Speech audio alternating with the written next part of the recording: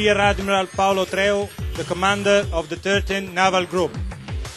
This is the place environment, the best place to present the Veneno Roadster, the new car from Lamborghini.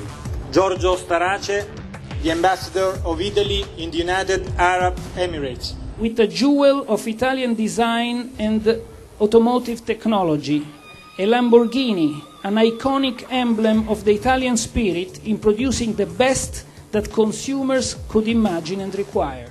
And it's a particular honor and a pride for us to have been chosen to represent the automotive Italian industry here in Abu Dhabi.